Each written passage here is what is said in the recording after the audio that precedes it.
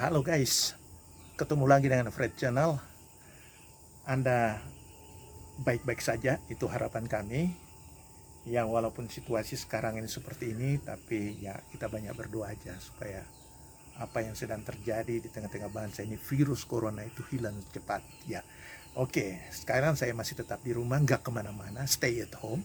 Tapi saya punya waktu cukup banyak di rumah untuk mengerjakan berbagai hal. Kali ini teman-teman, saya akan menjelaskan sedikit tentang suatu tanaman yang umumnya sudah diketahui oleh banyak orang. Ya apalagi di Papua, ini tanaman ini sangat terkenal, yaitu tanaman sirih. Tanaman sirih ini budidaya nggak susah, dan saya akan bicarakan sedikit tentang budidaya. Kemudian kita bicara sedikit tentang manfaatnya. Ini sirih nih. Ini tanaman sirih. Iya, tanaman sirih yang teman-teman lihat di sini. Ini sudah berbuah. Tanaman sirih yang sudah berbuah. Ya, jadi kalau kita lihat sini, ini sirih. Dia daunnya berbentuk hati, ya ada yang berbentuk hati. Kalau kita perhatikan di sini, ini berbentuk hati. Ada juga yang lonjong seperti ini, ya, bentuknya seperti ini, ya, tapi dia rata-rata berbentuk hati seperti ini. Kemudian dia ini tanaman yang punya sulur, ya, dia bisa merambat di kemana-mana. Kadang-kadang dia menempel pada kayu, pada batang pohon, kemudian pada plafon rumah pun. Kalau Anda teman-teman izinkan dia manjat, dia bisa gantung di plafon rumah. Luar biasa ini tanaman ini. Jadi akarnya ini menempel, dia punya akar yang luar biasa. Akar yang luar biasa sekali.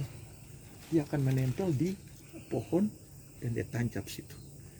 Kemudian kita lihat sini, ini buahnya. Buahnya ini sering digunakan untuk, kalau di Papua ini makan sirih ini terkenal, ya, terkenal makan sirih, makan pinang. Ya, temannya adalah kapur sirih, kemudian sirih dan pinang. Ini sering digunakan. Konon katanya kalau makan pinang, makan sirih, makan pinang, maka ini akan sangat membantu untuk mengurangi sakit gigi. Kalau ada bakteri di dalam mulut, ini akan habis. Oleh karena itu banyak kita lihat orang yang sering makan pinang itu giginya jarang kena sakit gigi, tapi giginya agak jarangnya kenapa? Penggunaan kapur mungkin berlebihan. Oke, jadi teman-teman, sekarang saya bicarakan sedikit tentang manfaat dari tanaman sirih ini. Iya, jadi daun sirih khususnya daun sirih ini yang banyak manfaatnya, ya, baik daun muda maupun daun tua. Ini manfaatnya luar biasa, ya. Jadi kalau Anda sering pakai, ya, Anda akan kenal manfaatnya.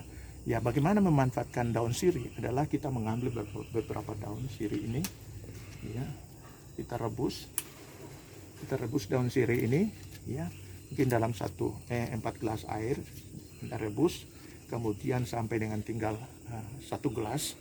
Kemudian ini airnya ini bisa diminum atau dikumur. Kalau Anda punya sakit gigi, ini bisa dikumur pasti sakit gigi itu akan hilang. Ternyata dia punya manfaatnya, ada membunuh bakteri-bakteri yang ada di dalam mulut. Ya, kemudian manfaat yang lain yang bisa kita lihat sini adalah daun sirih ini, airnya, ya, kalau direbus airnya ini kita bisa pakai dicuci badan, ya, untuk mengurangi bau badan. Atau mungkin Anda punya kaki bau, ini bisa air rebusannya bisa dipakai untuk cuci kaki. Ini akan menghilangkan bau, menolong sekali ini. Kemudian juga ini bisa dipakai oleh menghindari keputihan, khususnya pada wanita. Ya, direbus air cuciannya untuk mencuci, untuk membersihkan keputihan yang ada. Jadi ini punya pengaruh untuk membunuh bakteri juga. Kemudian juga konon katanya dia bisa mengurangi tekanan darah juga kalau diminum, untuk mengurangi tekanan darah dan diabetes. Banyak manfaatnya, teman-teman. Kemudian kalau teman mimisan, ya, air ini kita hancurkan. Mimisan itu keluar darah. Dari ini tinggal dimasukkan darah ini dan langsung mimisan terhenti, karena baunya. baunya menyengat, ya langsung mimisan berhenti. Dan ini banyak manfaatnya sekali, tanaman sirih ini, ya, dan cukup dikenal. Nah, ini yang namanya sirih. Ada juga jenis sirih yang lain, sirih merah. Saya tidak punya, tapi yang sering digunakan di sini adalah sirih seperti ini. Nah, kemudian saya akan tunjukkan kepada teman-teman bagaimana cara membudidayakan sirih ini. Ya, budidayanya nggak terlalu sulit. Sampai pisau saya dulu. Nah, ini, ya, kita ambil batangnya. Wah, ini ada buahnya. Nah,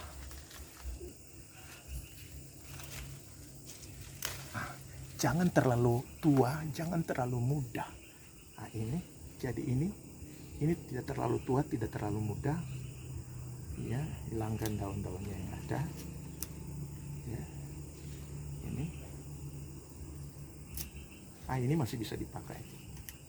Ya, pojoknya saya nggak pakai. Ini sudah saya dapat dua tanaman, 2 stek, ya.